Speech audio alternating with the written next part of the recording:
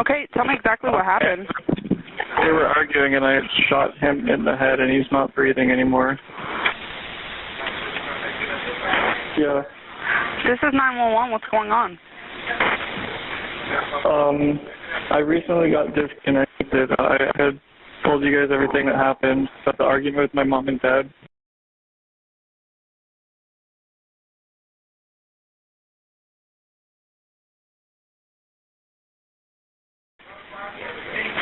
Yeah, I'm thinking about, because I already poured gasoline all over the house. I might just set it on fire. Okay, well, we don't need to do that, okay? In a little bit, I might. Why would you do that?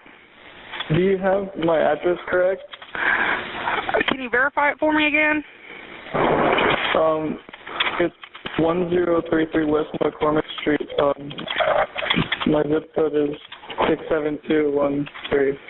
미국의 기상학자 로렌즈는 말한다. 미국 어느 곳에서 일어난 작은 나비의 날개짓이 뉴욕의 태풍을 일으킬 수도 있다.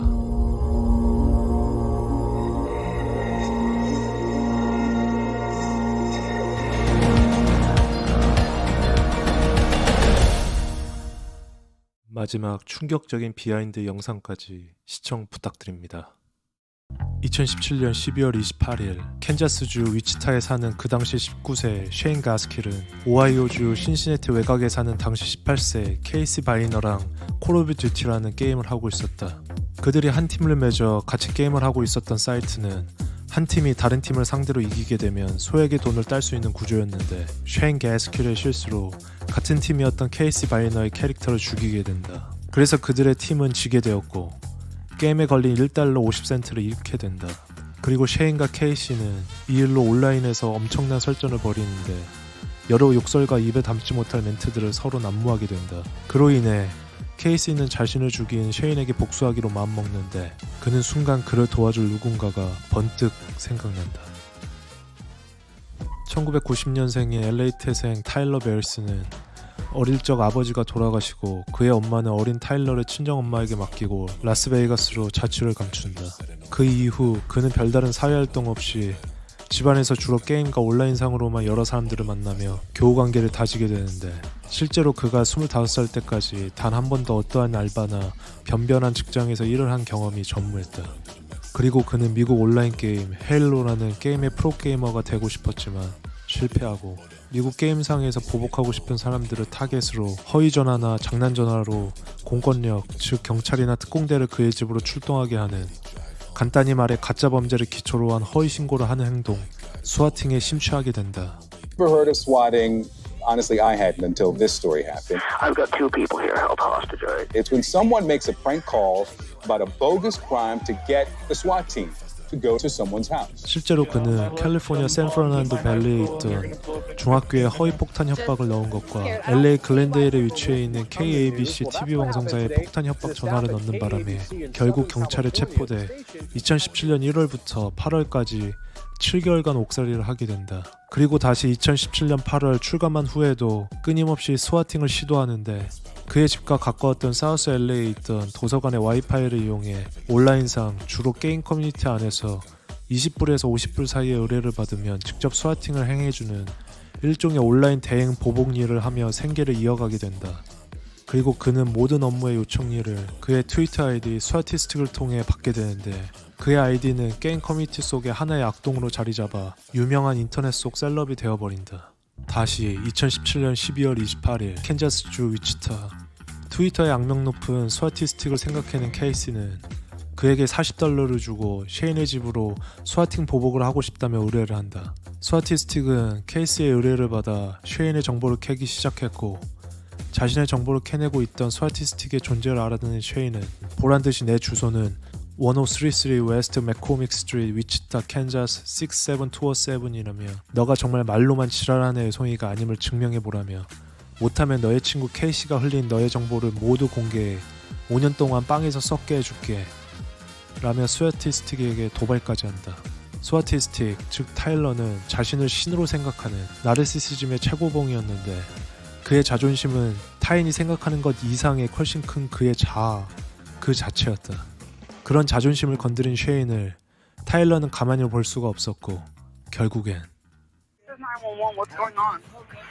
My mom and dad, they were arguing and I shot him in the head and he's not breathing anymore. Okay, do you have any weapons on you? Yeah, I do. Handgun. Okay. What's your address? It's 1033 West McCormick.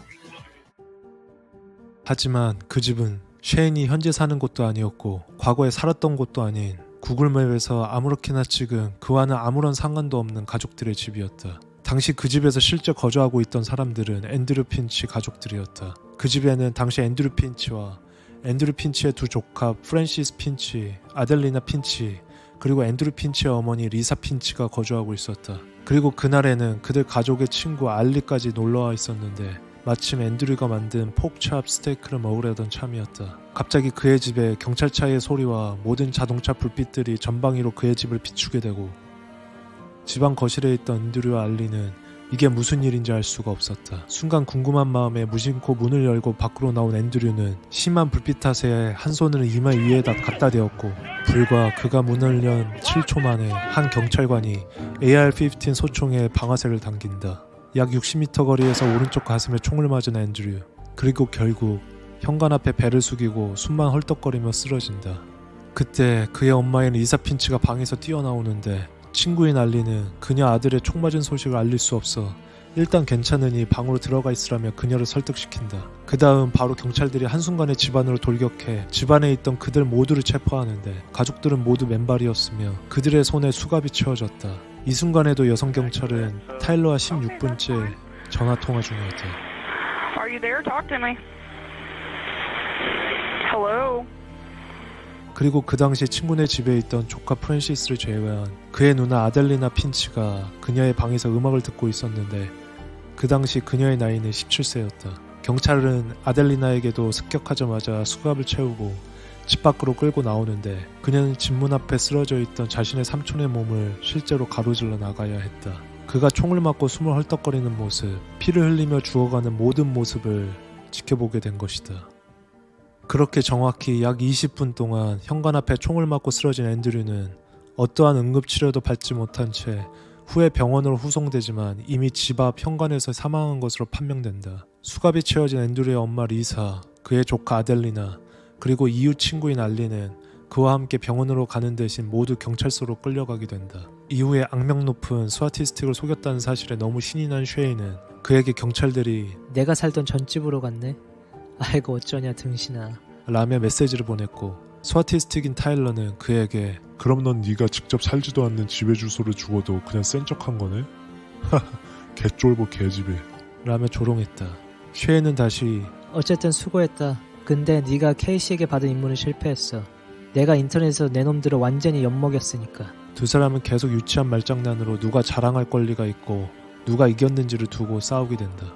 사건 하루 후 대대적으로 이 사건이 전국에 보도가 되자 쉐이는 타일러와 케이시에게 연락해 메시지 전부 다 삭제해.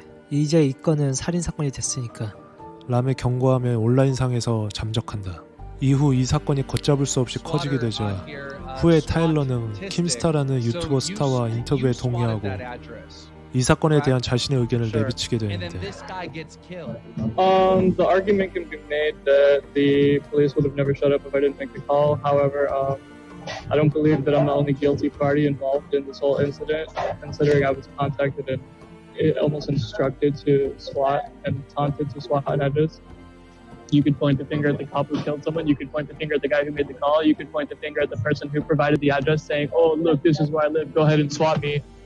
So it's really debatable. 이전부터 타일러의 일거수일투족을 조사해왔던 FBI 요원들은 이 유튜브에 나오는 목소리가 그의 목소리임을 단박에 알아차리게 되고 타일러를 신봉하고 좋아하는 그의 진솔한 팬으로 위장했던 여성 FBI 요원과 교환한 사진과 문자로 그의 IP를 추적, 간단히 그를 검거하는 데 성공한다. 그는 항상 자신이 자주 갔던 캘리포니아 사우스 LA에 있던 공공도서관에서 체포되게 된다. 사건 이후 미국 전역은 그날 앤드류의 사망에 직접적으로 관여한 사람인 캔자스주의 위치타 경찰관에게 이유를 따져 묻고 싶었다. 어떤 이유로, 어떤 혐의로 그에게 방아쇠를 당겼는지. 실제로 앤드류는 비무장이었으며 단지 환한 불빛에 손을 올려 눈을 가린 것뿐이었다. 하지만 위치타 경찰국은 경찰보호법과 캔자스주의 기록공개법에 의거해 그 총을 쏜 경찰관의 이름을 알려줄 수 없다며 철저히 그의 이름을 함구한다. 전국은 위치타 경찰의 무리하고 과도한 권력남용에 의해 무고하게 앤드류가 사망했다며 경찰 비난 여론이 들끓기 시작한다. 실제로 미 전국 평균 총격 사건은 경찰 1300명당 1명꼴인데 반면 위치타 경찰국은 120명당 1명꼴이었다. 이 수치는 전국 평균보다 11배가 높은 수치였다. 하지만 카운티 연방법원은 그가 계획적으로 총을 쏘았다는 증거가 부족하고 공무상 집행된 일이었기 때문에 그를 기소할 수 없다며 그에게 제기된 모든 혐의를 벗겨준다. 결국 2019년 3월 지금까지 스와팅을 계속해서 해왔던 타일러 베리스는 캔자스주의 앤드류에 대한 과실치사 혐의와 연방 관할권의 스와팅과 관련된 그의 모든 혐의들이 추가돼 총 20년형에 처하게 된다. 이 결정은 스와팅 온라인 범죄 중 가장 판결이 무거운 사건으로 기록되게 된다. 그리고 2019년 9월 타일러에게 쉐인을 스와팅해달라고 고용하고 청탁한 케이시는 15개월의 감옥형에 처하게 되고 2년간 사이버 게임 금지 처벌을 받는다. 마지막으로 1년 후인 2022년 9월 수차례 자신의 재판 날짜를 미뤄왔던 타일러를 도발하고 가짜 주소를 제공한 쉐인은 18개월의 감옥형에 처하게 된다. 비하인드 스토리.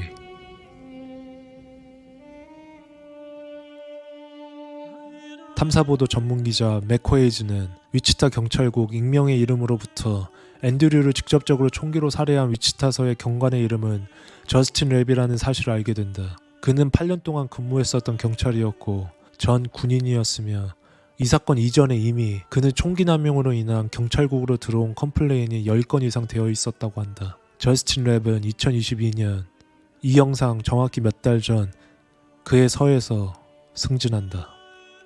타일러를 계속해서 쫓아 검거에 많은 도움을 준 독립탐사보도 전문기자인 매코 헤이즈는 이 사건이 있은 직후 타일러와 채팅으로 짧게 인터뷰를 하게 되었는데 그는 왜 이런 짓들을 계속 해오는 거냐, 혹시 너도 뭔가의 계기가 있었냐는 물음에 타일러는 나도 한번 세게 당한 적이 있었다. 매코는 어떤 식이었나, 어떤 피해를 입었었나 라며 반문했고 타일러는 딱 한마디를 남긴다.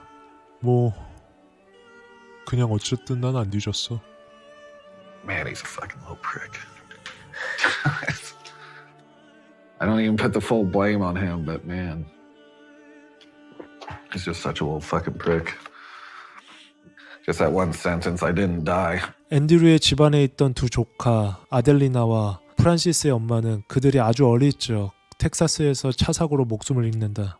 그 이후 아버지처럼 그 어린 조카들을 고등학생 때까지 키웠던 앤드류는 그들에게는 삼촌이 아닌 실제 아버지일 수밖에 없었는데 그런 아버지의 죽음을 눈앞에서 목격한 아델리나는 엄청난 트라우마와 우울증으로 가정 고통을 받게 되고 사건이 있은 약 1년 후 2019년 1월 11일 그녀의 집에서 자신의 머리에 총을 겨누어 자살한다.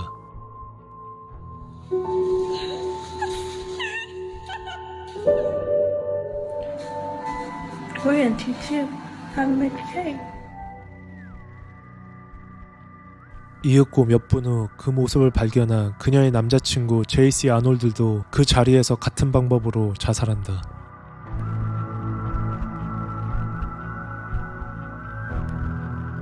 그리고 그녀의 동생 프랜시스도 몇 차례 자살 시도를 하지만 그는 다행히 목숨을 건지고 지금까지 노력하며 잘 살아가고 있다. 그리고 죽은 앤드류의 어머니 리사의 노력으로 Lisa Finch, Andrew Finch shooting.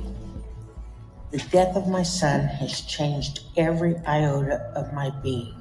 I never wanted to be in the public eye. My preference before this was staying at home and not to be put on display. The person I was before no longer exists. The concept of due process goes back as far to 1215 AD from Clause 39 of the Magna Carta. This should indicate that due process is not new. Shouldn't law enforcement and public officials be aware and abide by this constitutional right? Lisa, can you wrap it up right quick? You've gone over 5 minutes, so. My time has been taken away from me, sir. This is my time. Do you? No, she can't. That's not the You rules. work for the public. I'm taking Correct. my time. I'm gonna make them so uncomfortable. I am. And I'm going to continue talking about this. She's strong. She's a fighter. And she's not going to let them get away with this. She's just not. 결국 핀치 살해 사건에 대응하여 캔자스주 의회는 2018년 3월 잘못된 경보나 지침으로 인해 무고한 사람이 부상이나 사망을 초래하게 된다면 그 혐의를 1급 중범죄로 규정하고 10년에서 41년 사이의 징역형을 선고해야 하는 법안에 승인하게 된다.